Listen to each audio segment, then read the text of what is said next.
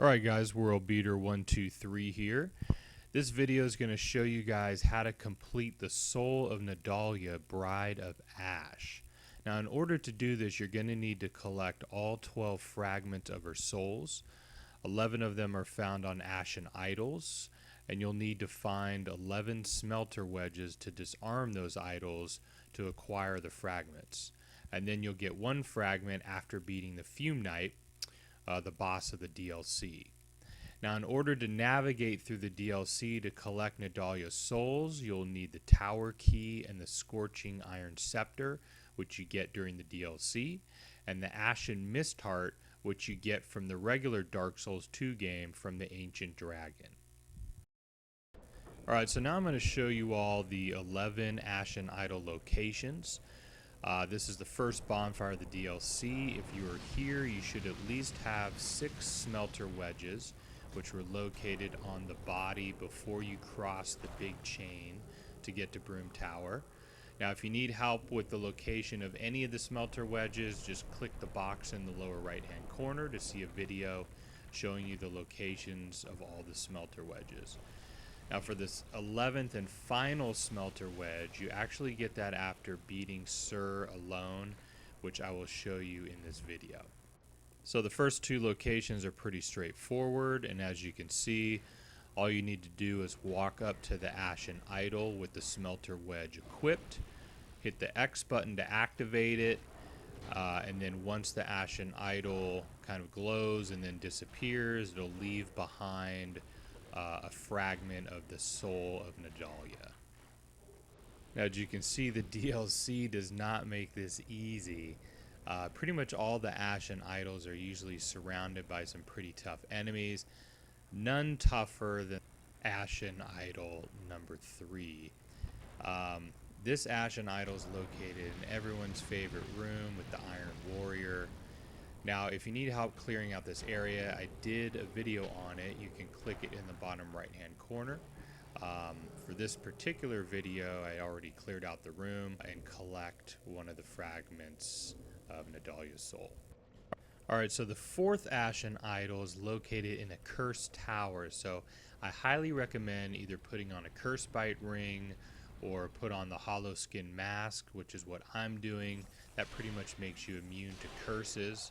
And then you can access the tower easiest by starting at the foyer bonfire. What you want to do is you want to head across the chain to the separate tower. Now if this is your first time there, you will be invaded by a phantom, so you'll want to make sure and beat him before you descend down the tower to get the idol. Try not to worry about beating everyone in that tower. As you can see, I make it to the Ashen Idol, get Nadalia's soul, and then head back up with no problem. So we'll stick with the foyer bonfire for Ashen Idol number 5. Now at this point you should have the tower key and inserted the Scorching Iron Scepter in the mechanism on this level, which I just passed. If you don't have those items, you can click in the bottom right hand corner for a video on how to get those. Now here you're just going to want to take a few lifts up to the top of Broom Tower. Now once there, you'll be invaded by some prowlers.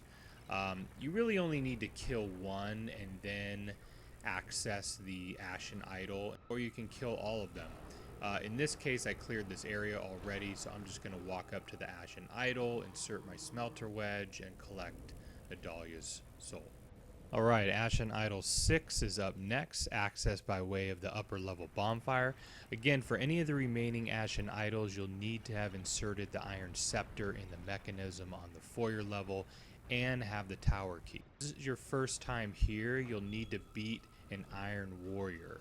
And once you do that, all you do is open the glowing door to reveal the 6th Ashen Idol, and then go ahead and get Nadalia's soul.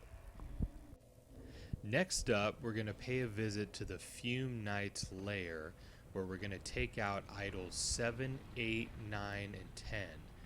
Now in order to take out these idols, you will have needed to find the 4 Smelter Wedges located in the hallway with the exploding barrels. So if you don't have them, I've included a link below showing you how to find all the Smelter Wedges. So what you want to do here is just follow the path down to the very bottom of Brune Tower. You can either kill or bypass as many enemies as you want. Now the sorcery clutch ring was in the room to the right that I just passed, so take some time to explore the area and pick up some extra items. Now you're going to take one more elevator down and then we're going to arrive at our destination.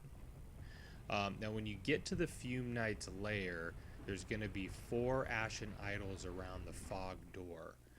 Now before you try and access them, head right and light the bonfire so you don't have to repeat any of this area if you die. Now as you can see, I already cleared out the idols in this room, but a tip, if you hug the wall that the idols are on, you can access all of them without triggering any enemies.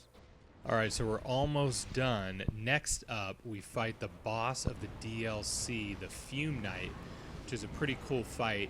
And when you beat him, he will give you a fragment of Nadalia's soul, along with his own soul. So that leaves us with 1 fragment of Nadalia's soul left, and for that, we need to access the Iron King's memory. Now for this part, you'll need the Ashen Mist Heart that you should already have acquired from the Ancient Dragon in the regular Dark Souls 2 game. Now we access the King's memory by going to a room at the top of Brune Tower that contains possessed armor that is glowing red. So this area should look familiar to you as you're here earlier in the game. If you didn't kill the invading prowlers in this area, they'll invade you again.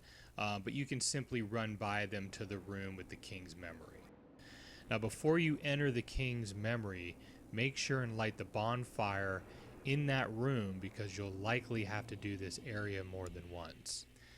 Now what we're going to be looking for in the Iron King's memory is the last Smelter wedge so that we can access the last Ashen idol and complete Nadalia's soul. We're going to need to beat Sir Alon, who is probably one of the most challenging bosses ever in Dark Souls. But once you do that, you access his throne room, and once you access his throne room, you'll find the last Smelter wedge. Alright, so now that we have the last Smelter wedge, we can disarm the last Ashen idol and complete Nadalia's soul. So the final Ashen idol is located in a cursed room next to the foyer bonfire. So I would recommend putting on a curse bite ring or the hollow skin mask.